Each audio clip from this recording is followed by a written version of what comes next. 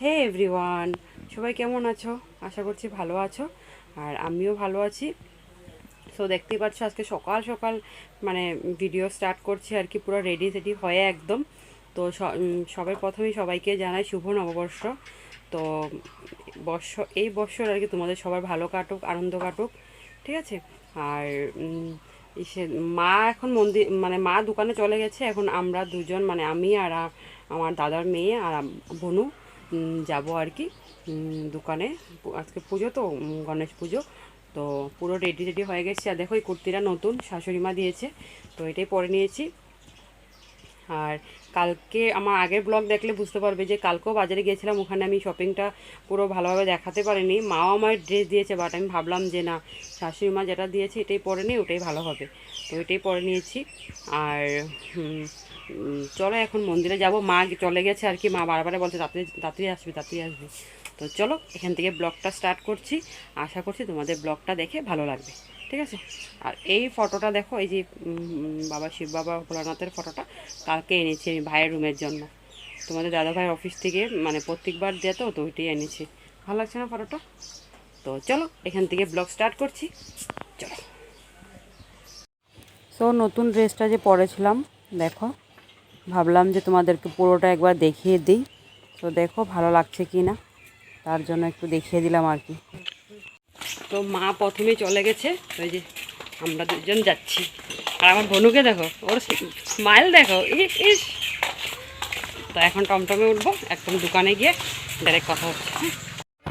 দেখো দোকানে এসে পড়েছি। এসে দেখি কি দোকান যেই জায়গাতে মানে পুজো করব আর কি, ওই জায়গাটা রেডি হয়নি এখনো।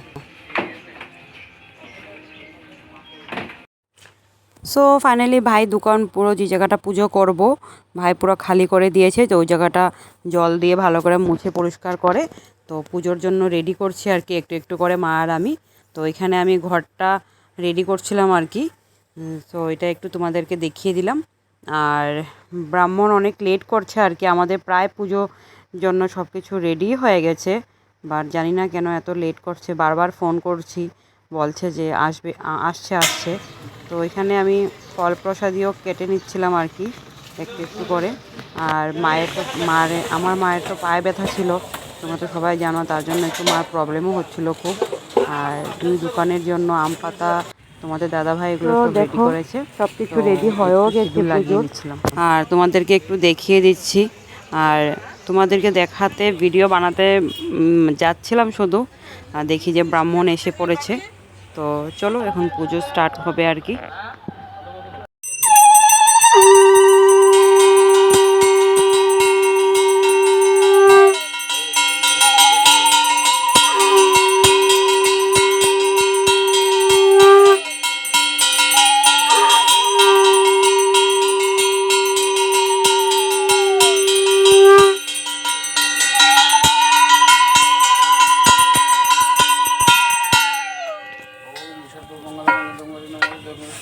বাইরে দেখো একটা কলম পায় আগে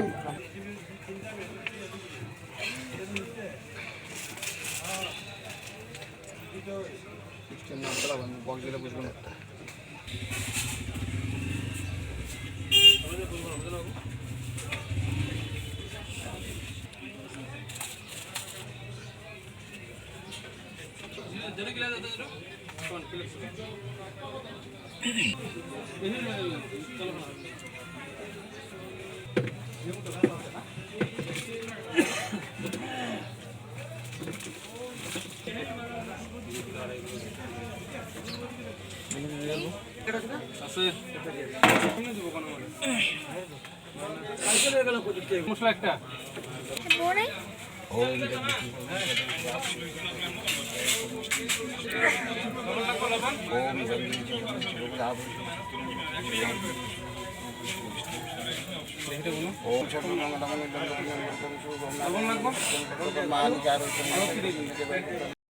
ঘরে এসে পড়েছি।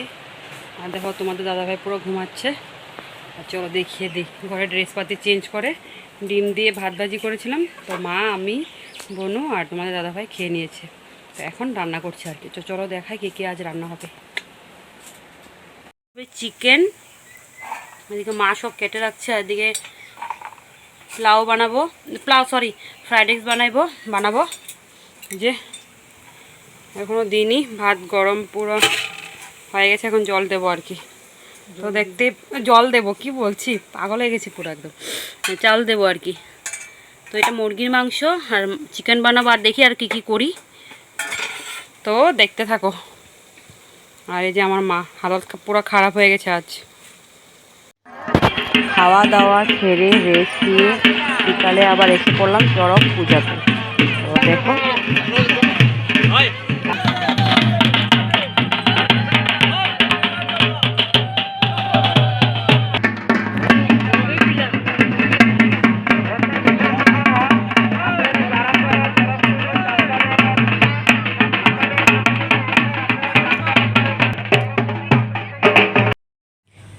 এখন দেখে তোমরা বুঝতে পারছো আমার ঘর। আমি ঘরে এসে পড়েছি, সকালে এসেছি, শরীর এত খারাপ লাগছিল যে আর ভিডিও কন্টিনিউ করতেই পারিনি। তো ঘরে এসে পুরো মানে অনেক কাজ ছিল, কাজ টাজ করে বিকালে একটু ঘুমিয়েছিলাম। এখন না অনেকক্ষণ হয়েছে উঠেছি আর কি। তো মনে মনে ভাবছিলাম যে ভিডিওটা তো এডিট করতে হবে, বাট আমি তো শেষই করিনি। তো ভাবলাম যে না, শেষ করিনি। তো আজ মানে কালকে ভিডিওটা মানে এখানেই শেষ করছি আর মানে তো ঠিক আছে বন্ধুরা, কীরকম লাগে কমেন্ট করে জানিও। আর যারা যারা এখনও আমার চ্যানেলটাকে সাবস্ক্রাইব করেনি, তো সব প্লিজ সাবস্ক্রাইব করে নিও। তো সবাই ভালো থেকো, আজকের মতন good night, tata, bye bye.